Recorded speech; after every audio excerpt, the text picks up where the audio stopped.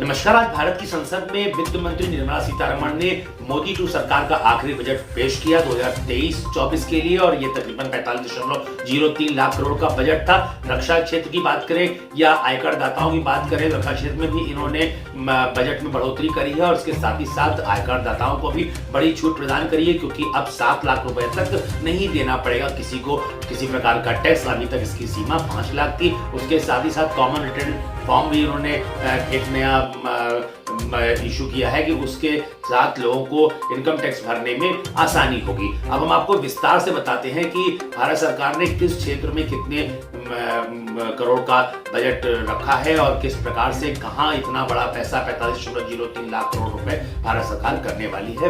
अगर आपको विस्तार से बताएं तो वित्त मंत्री निर्मला सीतारमण ने बजट में इस बार मिडिल क्लास का खास ख्याल रखा है। सीतारमण ने वित्त वर्ष 2023-24 के लिए कुल 45.03 लाख करोड़ रुपए का बजट पेश किया है। केंद्र की मोदी सरकार का अगले 1 साल का रोड मैप संसद में रखते हुए केंद्रीय वित्त मंत्री निर्मला सीतारमण ने बुधवार को देश का बजट पेश किया। निर्मला सीतारमण ने बजट में इस बार मिडिल क्लास का खास ख्याल रखा है। वित्त मंत्री के पिटारे से किसानों, महिलाओं, गरीबों के लिए नई घोषणाएं निकली तो वेतन भोगियों के लिए टैक्स स्लैब में छूट का ऐलान किया गया। सीतारमण ने अपना बजट भाषण सुबह 11 बजे शुरू किया, जो मोदी सरकार के दूसरे कार्यकाल का आखिरी पूर्ण बजट है। पिछले 2 केंद्रीय बजटों की तरह केंद्रीय बजट 2023-24 भी पेपरलेस रखा गया। केंद्र सरकार ने पिछले साल के मुकाबले इस बार के बजट में तकरीबन 7.5% का किया है इजाफा। अपने भाषण के दौरान सीतारमण ने वित्तीय वर्ष 23-24 के लिए कई क्षेत्रों में सरकार के खर्च को निर्धारित किया। केंद्रीय वित्त मंत्री निर्मला सीतारमण ने कहा कि कुल मिलाकर सरकार ने 23-24 में पूंजीगत व्यय परिव्यय को 33% बढ़ाकर 10 लाख करोड़ रुपए करने का प्रस्ताव किया है, जो कि सकल घरेलू उत्पाद का 3.3% होगा। इस तरीके से हमारा प्रयास यह है कि सभी को बजट की विशेषताओं के बारे में समझ में आ सके। वित्त मंत्री निर्मला सीतारमण ने वित्त वर्ष 23-24 के लिए कुल 45.03 लाख करोड़ रुपए का बजट पेश किया है। और आपको बताते ये चलें कि किस क्षेत्र में कितना सरकार पैसा खर्चा करेगी। उसके सरकार 45.03 लाख करोड़ के अनुमानित बजट को कैसे खर्चा करेगी, ये हमारा प्रयास है आपको बताने का। डाटा वाइज आप बातों को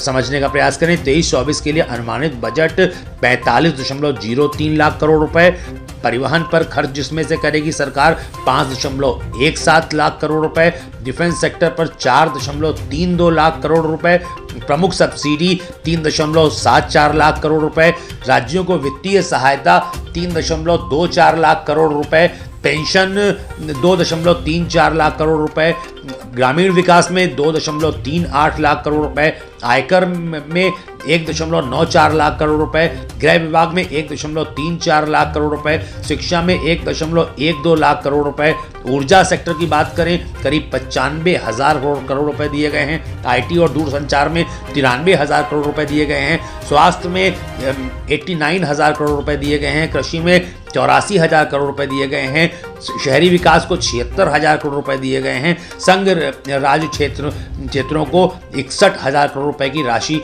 आवंटित करी गई है, पीएम किसान को 60,000 करोड़ रुपए, सामाजिक कल्याण को 55,000 करोड़ रुपए, वाणिज्य और उद्योग को 48,000 करोड़ रुपए, वैज्ञानिक विभाग को 32,000 करोड़ रुपए, विदेश मामलों में 18,000 करोड़ रुपए, वित्त विभाग को 13.5 हजार करोड़ रुपए, योजना एवं सांख्यिकी को 6,000 करोड़ रुपए, पूर्वोत्तर विकास को 5.8 हजार करोड़ रुपए और अन्य को 1.20 लाख करोड़ रुपए आवंटित किए गए हैं। और इस प्रकार से ये पूरा डिटेल है 45.03 लाख करोड़ रुपए का कि कहाँ पे किन किन क्षेत्रों में सरकार खर्चा करने वाली है पैसा।